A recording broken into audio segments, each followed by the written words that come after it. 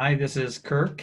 I'm the executive director of CAMPS, the Center for Advanced Manufacturing Puget Sound. I'm here today with the Xemelgo team.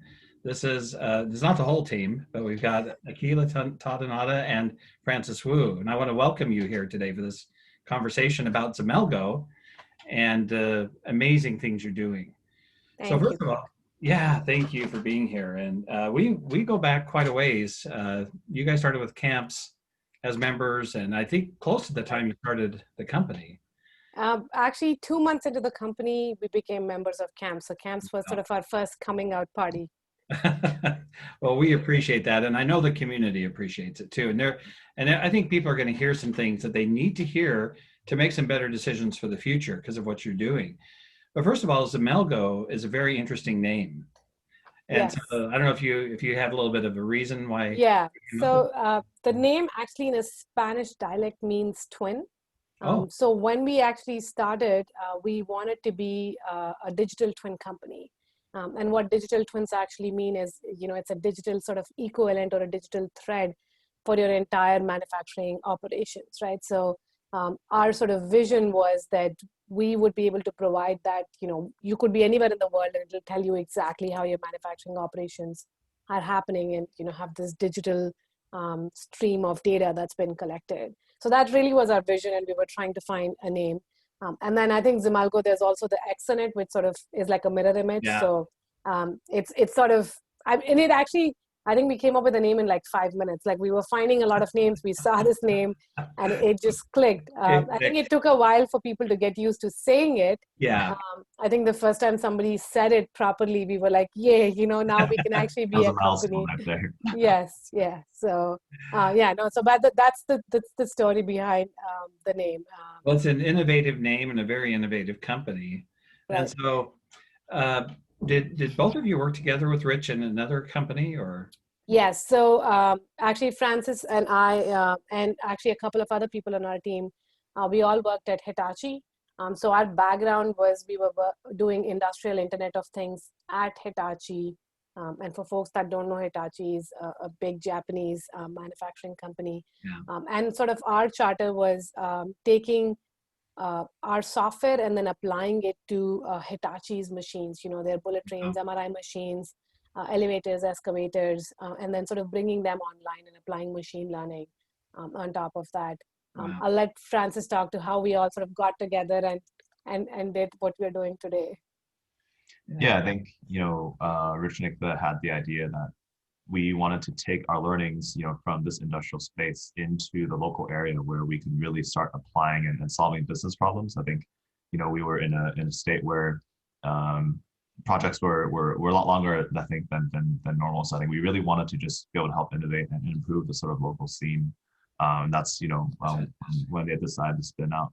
I think for me, after having worked with Akhila and Rich for 5+ years, I really sort of appreciate like the leadership principles and the culture that we had at the work environment. And so that for me was sort of my biggest motivating factor. And I think that still speaks today, whereas Xemelgo as a company, how we're founded, how our culture is, how we approach customers, it's the same mentality, and that's what I really enjoyed. Yeah, well, we're talking about Rich, and he's not here with us, but he was the co-founder. You guys worked on this together. But the story he told me was that you guys had these capabilities and thought, what are we going to do with it? Right. And yeah. thankfully, Yeah, I mean, yeah, I think when we were at Hitachi, which I think a lot of companies are facing right now too, like, this was the start of Industry 4.0. So they were just these like long drawn projects, which, there wasn't really ROI on them. So I think when we started Xemelgo, the first intent that we had was we wanted to build something that gave customers immediate ROI and solve real problems. Yeah. Because we were seeing a lot of these, like, I would want to do a digital project, but like with no real sort of goal in mind. And we completely wanted to flip that. Well, see, and what you're doing is you're giving businesses a reason to do business with you because it actually improves the ROI, right. The actual profit and loss statement of a company. Yeah, and that's exactly. what's exciting. Yeah, and it does it in many ways, which I think is very exciting. Yeah, and I think that's why joining camps was so important for us, because we wanted to work with small to medium companies, because we know that they don't really have a dime to waste, or they don't have a minute to Right. waste. So unless we can provide real value to them, they wouldn't really want to work with us, right? So it was a great learning opportunity for us, just working with the entire CAMS community. I mean, everybody, like we work with Mark Evans from GM Nameplate, Hiju from Key Compounding, Heather from Orion. Like, they've just been amazing in terms of educating us on what's a real problem and what's not a real problem, right? And what Well, should we be aiming at. these companies are raving about you though at the same Right. time. So as I'm out and I'm talking to them, I was doing a tour at Key Compounding, and I love Hiju and her whole team. And I walked by Lisa's station and her computer, and there was Xemelgo on the screen. I said, "Hey, wait a minute." And I was noticing the sensors above the doors, and they said, "Oh yeah, that's all Xemelgo." And look what we've done. And they showed it off. And I actually, I created the video that I showed Right. you. Yes. It was on LinkedIn, but that got a Yeah. lot of views. You guys are, and I want to ask everybody to follow you on LinkedIn, because you guys share some of the greatest stuff. But this quote was on LinkedIn, said the electric light did not come about from continuous improvement of the candle. Yeah. No, I think that's a great quote, and I think that actually is rich doing our LinkedIn. Yeah, so I think in terms of, when people talk about Industry 4.0, why is it fundamentally different? It's because it's a complete technological change, right? I think the example that we always use is, Detroit actually, when they were not watching, Japan came up with lean, and that sort of, ended up, not so great for Detroit at that point That's of time. right. That's right. And I think that's sort of how we think of Industry 4.0, is this is the next level of lean, where you're actually using technology, like sensors or AI. And it's not going to be just, a slight improvement to your operations. It's actually going to be a sort of a major shift in how you can actually do your operations. Francis, go ahead. That's what I appreciate about what you guys are doing, because you didn't just say, "I'm going to take something you're doing and make it a little bit better." You guys came from way outside, and you saw something that nobody else has seen, and you've kind of seen a future that Right. nobody else has seen. So I wanted to ask you, from a manufacturing executive or owner's point of view, there's some language around this, and we talk about Internet of Things, machine learning, Right. in the cloud. What kind of concepts do you find yourself explaining? Right. Yeah. Francis, you want to take that? Yeah, so I think, our four pillars that we typically talk about from a technology and concept perspective, is mobile, cloud, IoT sensors, as well as machine learning. I think these are the four big concepts that, what we can walk through.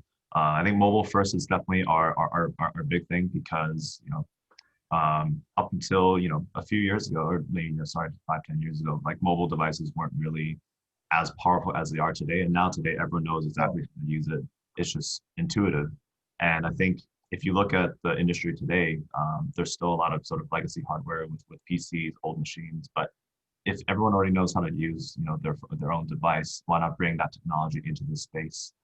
So I think it's, the concept here is that we can start using mobile as a way to be very accessible. It's cheaper, and it can be actually used as part of the everyday process to help improve production.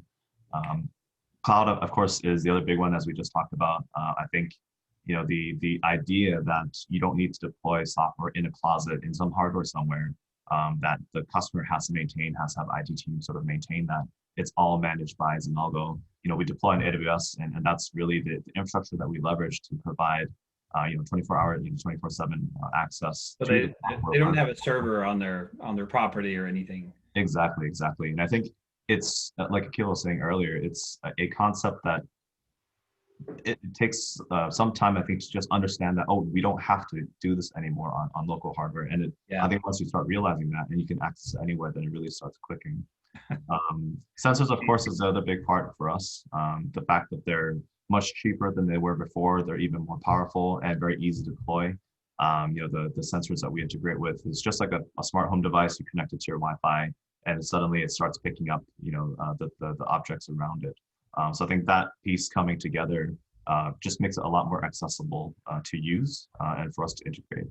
And of course, the last piece is AI and machine learning, which I think typically is sort of used as a buzzword, but again, for us, it's very a crucial part of our software, because not only are we just doing the visibility portion of showing what's going on inside the factory, but we want to then use that data to analyze trends. For example, like key compounding, we analyze the trends of how often they're consuming their inventory. Oh yeah. And be able to predict, within the next 2 weeks, here's exactly the amount that you should order and provide the most, a shopping cart experience that tells them exactly what they need to order so that they can remain in stock, throughout their production process. Yeah, and I think just to add on, I think just these technologies, the convergence of this has enabled us, now we can go in and deploy Xemelgo in 2 hours. Oh, I was going to ask you about that. Okay, yeah. how hard is this? Yeah, so I mean, I think we were just there at a roofing company last week, and Francis did a demo in an hour, the person there, he was like, "Oh, this is the first time I've seen something work right off the bat," right? And people are just used to these 6-month, 9-month sort of cycles, for having to deploy software. And that's, how these technologies sort of enable you to do this, right? Because now we're not deploying anything on site. We connect the reader to your Wi-Fi, it sends data over to cloud, and that's pretty much it. So the system is already set up. And then again, you're not having to train your operators to do data entry or anything, right? They can just focus on doing their everyday job while the sensors are collecting the data, right? So our goal is, that nobody really wants to do all of this work. They don't want to be around, keeping track of things and stuff, or managing your hardware or doing anything like that. Manufacturers are good at making things, and that's what they should be doing. Yes. And then the rest of it, should just be done by software. I mean, I feel like, a software, ERP, MRP software that was built in the 80s was built a lot with, business people in mind, right? But they didn't really focus on operations folks or the people on, people on the floor versus, our focus is the guy on the floor. How do we make their life super efficient? So then that starts to trickle up. And now my exec could be anywhere in the world. He could be on a beach on a vacation. He could still pull up his phone and see what's really happening with his operations. Yeah. Boy, when you talk about how fast this deploys, and now there's two metaphors that I think of, because we've talked about them before, right. But it's very exciting to think about a factory operating a lot like the Amazon Go store. Yes. So hopefully people are familiar with Amazon Go, and you're walking into the grocery store, picking up what you want, walking out, and the internet, the cloud, the AI has done everything else. Right. Made the purchase and exactly. Yeah. But, that's really our vision. We want to, change manufacturing floors, into Amazon Go, and then we want to almost provide a Uber-like scheduler, where we're telling the operator on the floor, here's what you should be doing at any point of time. So we want to become the intelligent assistant that's actually like telling you what you should be doing next. And I mean, we walk into floors and we see expediters or schedulers. They're the most stressed out people that are out there. They do all of this work, they come up with the schedule, and then 2 minutes later, somebody calls and the schedule is, invalidated. And custom orders really throw them off. And that's what computers are good at. They can keep recomputing the schedule all day long as they have the right data to do that, right? So, that's really our vision, is to become like the Amazon Go for inventory and, the Uber for scheduler. Now, another metaphor that I think works well here, we talked about this the other day, is Google Maps. Right. You guys are like the Google Maps of the factory floor too. Yeah. So yeah. Francis, you want to talk to that one? Yeah, so I think, the overall idea with thinking about Google Maps is in the factory is, if I'm trying to produce something from start to end, how long is it going to get me to take there? And I think that is a very important question, because customers get called all the time by their customers saying, hey, where's my order right now? I need to expedite this. Yeah. And today there's a lot of either inaccurate data, or you're making promises that you really can't keep to the customers. Or cost their customers. Yeah, exactly. And with the data that is that you're able to then see, in order to see, what's my backlog in these certain departments right now. If I make this shift to, bump this up in priority, how does this affect, the other orders? Then I can make a better, data-driven decision to be able to say, okay, based on this order and based on how long this order typically runs, based on historical records, we think it's going to get done in 2 days. But if the customer says they want it next day, okay, then let's make that shift and then see how this affects the rest of it. And so that's really the vision for when we say Google, Google Maps for the factory is being able to really say start and end and understand, if there's traffic or bottlenecks that are happening in the middle, and what is then the best way to get around that. Yeah. And I think, the way I explain it sometimes to manufacturers is, today they are going with paper maps. So the paper map tells them how to get from one place to the other. But, if a crash happened somewhere, then they really don't know that the crash happened there until they actually get there, right? What really changed with, having the map on your phone is now as soon as a crash happens, it tells you red, yellow, green, here's your ETA, which is updated, take another route. It's giving you all of that information now on your fingertips versus, you having to follow the paper map and figure out what exactly is happening. And I think that's really what we want to do to the manufacturing floor is take them from the paper map to a Google map on their phone. Yeah. Now, so I'll just share with you, and I'm sure you've seen this many times, but as I was going through key compounding, when I met Lisa, she was very, very calm. And so you talk about how you designed this for the factory worker. And she said, if you had seen me before this solution, I wasn't calm because trying to keep track of everything on paper, it was insanity. Trying to do everything that you do. And then she's very calm and Hiju, the owner, said, yes, and I got my employee back. So now she can do other things where before that's all she could do. Yep. So I'm wondering kind of what are people telling you once you, I can't believe there's like only a 2-hour setup. That's insane. Right. But what are people saying? Yeah, I think we have, one industrial distributor that we're working with that provides VMI solutions, throughout the country. And imagine, what key compounding is doing at their facility now, having to do that for 300 of your customers, having people drive in. Oh, yeah. COVID made things even more tougher because people were not allowing anybody to come on site. And they are rolling out, this Amazon Go-like experience for their customers. So now, they don't really need to position a person on site.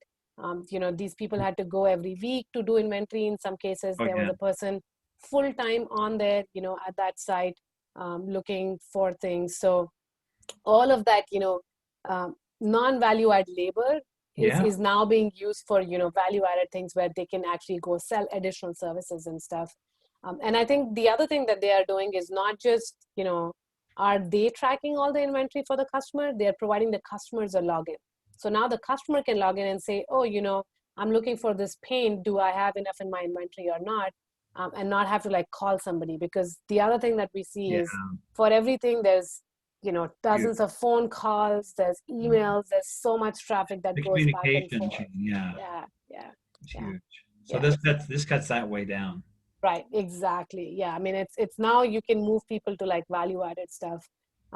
We also have examples from Orion that Francis is pretty familiar with. You could walk through some of those. Yeah, I think just in general, if we're talking about customer experiences, we definitely have a lot of our favorite moments where, we've had people say, oh, you're bringing the 21st century to us. You can see once someone pulls up the app and sees where an order is, someone literally started dancing. And I think that for us is just really rewarding to see.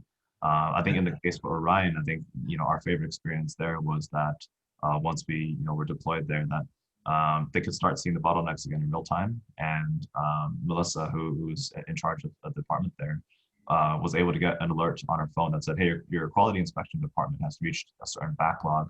And immediately she was able to then load balance someone over and start, tackling that.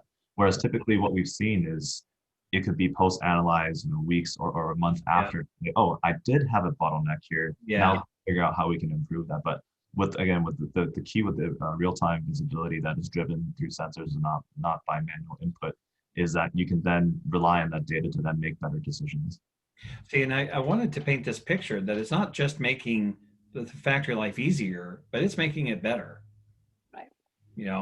And faster, like you mentioned in your example. Yeah, we've done some ROI studies, where, and this is not even, increased experience, just like people having to look for tools, look for work orders. People don't realize how much time and money is wasted in that. Even for a mid-sized facility, that's like $500,000. That you could lose in a year just with people searching for work orders, having to drive in on weekends to see what's going on, tools getting lost, having to reorder tools, PCM drawings. all of that, if you just add up, just being able to locate that itself is $500,000. And then, if you add on, better decision making, better customer experience, the return on investment, grows very, very quickly on this. Well, you make a really good point about the improved customer experience, because that's what tends to give companies a competitive edge. Exactly. To work with this company and things go well, I get my products on time, on quality, on price, on budget, and I can rely on that. Right. And they've even given me a login so I can see I can see where, and I've talked to many manufacturers who that's how they build their companies, right. is through those good relationships. But often that's at a hair pulling price a lot of times if they don't have your type of solution. Right. Yeah. I mean, a lot of manufacturers, customers today, what we've heard from manufacturers is everybody, shops on Amazon. They want an Amazon-like experience. They want to know my box is 8 steps away. They want to know an ETA on this. And really with the existing tools, all people can provide is sometime in the next 2 to 3 weeks, you're going to get something, right? Yeah. Because they're sort of, that's right. They don't really have that real-time visibility. So imagine being able to give your customer a login where they can type in a work order and say, oh, it's in the last step right now, so I should be getting it in the next, 2 hours. Yeah. I mean, that there itself, has, given you a competitive edge. Sure. That's complete transparency, which a lot of companies can't even offer right now. Right. So it's, so many of the things that you're talking about are practical. We talked about how this maybe accelerates or augments their lean activities. Right. And you mentioned also how lean, when Japan adopted lean, it really gave them a competitive advantage over Detroit. Detroit took a long time to figure that out and get on board with it, so to speak. But the Toyota way has become, legendary because lean really helped produce a better product at a lower cost and created that competitiveness. So your solutions, I'm hearing, are very practical. So run me through some of the solutions. There's like inventory management, workflow, scheduling. Right. Yeah. So there's inventory management, there's work order tracking, there's intelligent asset tracking. So this is, if you have expiring inventory, calibrated tools on the factory floor. And then there's shipment tracking. So if you're moving items back and forth between different facilities, people lose things all the time as they go between different facilities. We're also doing shipment tracking to customers. Now you can actually give the visibility to customers. One of our killer apps, which is emerging right now, is vendor managed inventory. So I, as a vendor, now I can give you access to your inventory. I can, charge you based on consumption, based on real-time consumption. And then I can also provide the customer like a view into their inventory and, when items are going to get shipped. So and I think the one thing which Francis was mentioning in the beginning too, is our culture has been based on, as a team, we learn by listening. So, I mean, really we're super thankful to the CAMS community because everything that we've built has been co-created with customers, when we work with GM Nameplate and Orion, they sort of helped us learn about work order tracking, right? Key Compounding told us about inventory. So we didn't really go off into a cave and build these solutions. They've been co-created with working with different customers on, in this community. Well, and that's why they're so practical, right? Because they apply. That helps explain it. And I think CAMPS as a community is very practical. So when you meet these CEOs, they want real solutions and real help. So I'm so glad to hear that the CAMPS community was helpful to you in developing. Oh, yeah. Sure. Yeah. Now, the other thing that I wonder about is that these are technology enablers. So what you're doing is you're enabling a factory, if you will, to do something it couldn't do before. Has there been some talk about the implications of the future? Like, okay, so if we can do this today, what does this look like tomorrow? And I know you guys are keeping track of changing trends and technology. Right. So what do you guys see happening? What can we tell people about the future? Right. Francis, you want to take that? Mm-hmm. Yeah, I think, I was actually just watching the Tesla Battery Day yesterday, their whole conference. And I think there's a quote that stood out, right, which is they're talking about software and how software is not only important in the car because it makes the car basically like a laptop that's running on wheels, but but the software is equally important on the factory side. And I was also just reading an article about how Alibaba had deployed their new digital factory, this year, and how it's revolved around being able to support Industry 4.0 concepts like customized products and just-in-time delivery. So I think if you're talking about what's in for the future, if that's where the industry is moving towards, I think we also need to then make sure that the factories here and the processes here and the software here is able to then keep up with that as well. I think a lot of it is going to be on the data collection part of it, the AI to help with the decision driven making, and then just continue to decrease the burden on the operators. Yeah. So focus on manufacturing, but at the same time providing that visibility to the leaders so they can make better decisions. I think that will that's a big part of it. Yeah, and I think there's so many other, there is cobots that's coming in, there's 3D printing that's coming in, and combine that with sensors and mobile. We're looking at a completely different manufacturing environment going forward from here. Like I remember at Hitachi, people were, it was like a lot of software companies sort of jamming in their expertise into manufacturing companies, right? So they would be like, oh, go do predictive maintenance of your machines. But it's like, but what is that, enabling, the end person?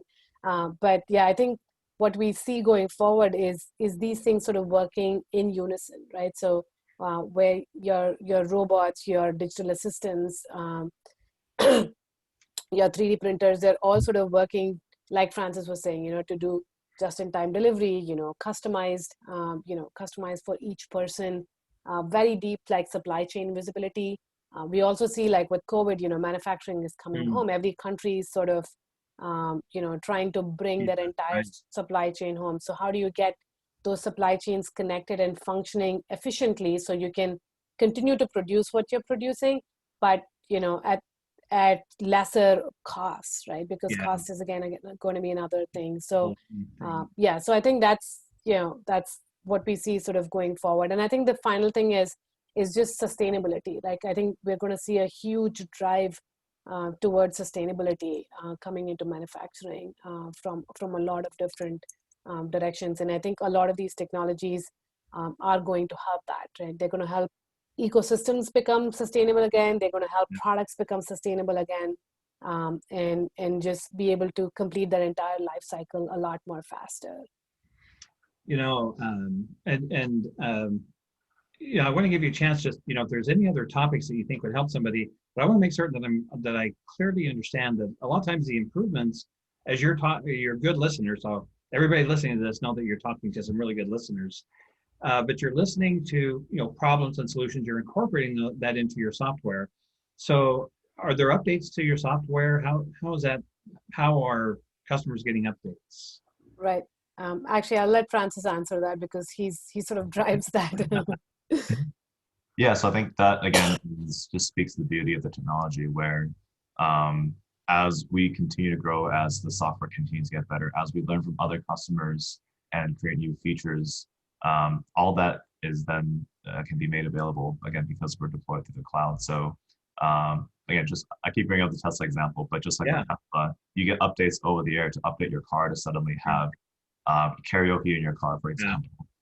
It's the same for us, where as we continue to build the features in the software, and then we can make that available on the software itself. And again, because the software isn't sitting in a closet somewhere that someone has to go upgrade, you just get that immediately. Or just like with your mobile app, right? Just like with any other app that you use, when you get a new update, it'll say, hey, Xemelgo has a new update. We just launched these new features. Okay, I'm going to download it. And now I suddenly have access to that. Wow. So I think that again is a big part of it, where we've seen ERP migrations, many ERP migrations, and there's probably not a single time where someone's like, I loved my migration. This is the greatest experience I've had. And I think that, again, is a big part of our sort of core principle as Xemelgo, is that we want to apply and use and have our customers experience technology in a way that is traditionally just not the same, where they're more fearful and they don't want to really touch it. In the same way that we want to engage with customers, right? Where we have in-person engagements, we provide documentation to a point where it makes it extremely clear in terms of how we want to do this.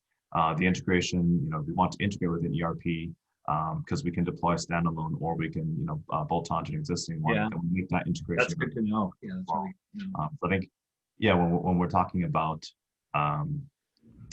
our approach in terms of making things available, not only is the software then immediately available, but then as a team, we're also there to support and grow with our customers. Yeah. I actually want to give an example. Like Francis was demoing to a customer their software the other day, and they said, we're tracking batteries for a customer where their batteries, they're having to scrap a lot of batteries because they're not recharged or recycled in time, right? So they're losing a ton of money, and our solution is helping them track that. And the customer said, you know what? Yeah, I think this looks great, but I would want, the system to change so that now instead of showing expiry dates, I want to see recharge dates, right? That's more important to my end user. And I think Francis just texted somebody on our team in the background, and this is while he's demoing. So the customer sort of mentions that, hey, I would want to see recharge date. Francis just by the time he texts this person and we move on to the other topic, he loads the page and now it's recharge date, right? Oh and the customer is just blown away. He's like, what did you do now? But Yeah, I think that's the power. I think that's the power. It's not like we created a fake demo to sort of mirror. This is real running production where we've created a platform for which we can make the software very customizable for the user, for them to see exactly what they want to see. That's mind bending. How that whole thing happened in the moment. Right. Yes. It's incredible. That's just an example, I think, of the good things that you guys bring. And I think as people get to know you and they engage with you, and so I wanted to show you how friendly and how nice they are. They're easy to talk to. But also they're forward thinking. You guys are pioneers, you're innovators, you're entrepreneurs, you're leaders. And so I really appreciate, I don't think anybody will really know the kind of contributions that you guys have made in the past to CAMP's community, but that you're continuing to make. And conversations like this, I think, are helpful for everybody to get on board and say, yeah, I can now jump into the future of manufacturing. And it takes about 2 hours. It's a way to really update your factory to what the digital capabilities are. And they're going to experience many, many, I think, good benefits. So to kind of wrap this up, and of course, feel free to bring up anything else that you'd like to bring up. But again, I'm quoting from your LinkedIn page. I really do enjoy the forward-thinking quotes and things there. But Steve Jobs really revolutionized way back when, back with the iPod, right? And his introduction at the time, if you think about where technology was in terms of listening to music, his statement that he was literally going to put thousands of songs in your pocket, right, was revolutionary. I mean, for music listeners everywhere. Now today, that's how we are. That's how everybody is. It's just how it is. Right. It's hard to comprehend a time when it was hard to actually put 1,000 songs in your pocket, right? Right. But the same thing is true for you. You guys are revolutionizing manufacturing operations. You're literally putting the entire factory operations right in their pocket. Right. Yeah. In the same exact way that Steve Jobs did that with you. And I mean, if you were to summarize our mission as a company, in one line, that's it. We want to get the information to the person when they need it, where they need it. They could be anywhere in the world, right? That's really what we're trying to do. And that's why, the huge emphasis on mobile first for us, where we want to make sure that, you can pull up your phone anywhere. I love this quote. Actually, we were working with Matea from Sekisui, and she said, I want to have a day where I walk in and I pull up my phone and I know exactly where each part is, where each work order is, and what's happening to it on my phone, right on my mobile app. Why is that not possible today? And that's pretty much it. That's what we're trying to do. We see manufacturers, I have huge respect for manufacturers. My dad was in manufacturing for 40 years, so I've seen, how much time and effort, the amount of work that they put in. And, for them to leave what they like to do, to have to go back to their desk to spend 8 hours, 10 hours running reports, not having access to data, not being able to make the right decisions when they need to. I remember my dad used to work 7 days a week because he was just like, Yeah. I have to go check in on the operations because if I'm not there, I don't know what's going There's no on, time, right? no downtime. So yeah, I mean, I don't know, I don't remember of a time where my dad didn't work 7 days, right? He would always go in, even if it was, for a couple of hours because he had to check on the operations. And I mean, I remember, yeah, and I remember Heather at Orion saying that. She said, if we had an issue with a work order on the weekend, we would have to drive in. Now I could be at home, I could pull that on my phone and I know exactly what's going on. And I could text the operator, on that line saying, I see this has skipped a step. I see this is not taken, the amount of time that it needs to take. Can you make sure that it gets done, right? So, yeah. So if we were to summarize, that's really our mission is to become your eyes and ears on the factory floor and then get that information to you, anywhere in the world. Boy, 24/7, 365. You're giving them exactly what they need when they need it, and for better decisions, for better productivity, value-added activity by their staff. I think that was a good example from Heather, by the way. That was a really good example. So somebody listening to this and saying, "Oh my goodness, this truly, I think, would help revolutionize what I'm doing in my factory." How do they get a hold of you? What's the best way? We are everywhere. No. You are everywhere.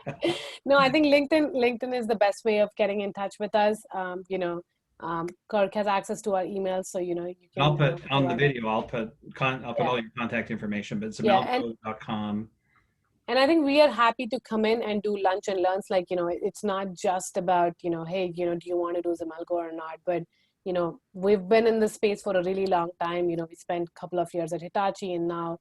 So if people just want to learn about this, our team is happy to come in and do lunch and learns, with your team. That's really cool. And sort of, and talk people through these concepts. Any questions that they might have, we're more than open to. Yeah, also for anyone who's listening who is maybe now hopefully interested and intrigued by the idea of the digital transformation, I think for us, we always encourage to, again, for us to learn and listen to how we can help solve issues, but also just to take that sort of first step. I think sometimes we get caught up in what's the entire sort of vision, what's the entire sort of plan, and this seems like a big transformation. But for us, we really encourage you to take that sort of initial first step, where just pick an area where you really would like to have some visibility where you don't have any today, and start there. Start thinking build up. Yeah, exactly. And then we take, of course, a more agile approach where you can come up with a phase plan to say, okay, in this first phase, I'm only just trying to track the work orders in one facility. I'm just trying to do inventory management in this one place. But then as you continue to see value and as you continue to learn, that you can start expanding that into other areas where we also have challenges. I think for us, taking that first step is the sort of most critical part of it, to at least just understand what is capable and what we're able to help with. Yeah, thank you. Well, I want to thank both of you. I don't think this is mysterious. I don't think it's scary. I don't think it's hard. You guys have made it as easy as it possibly gets. So I want to thank both of you for being here and having this conversation. Thank you for being members of CAMPS and helping spread our message. And I look forward to many people watching this video and getting in touch with you. Yep. Thank you so much, Kirk. Yes, thank you. Really you guys have a good day. You too.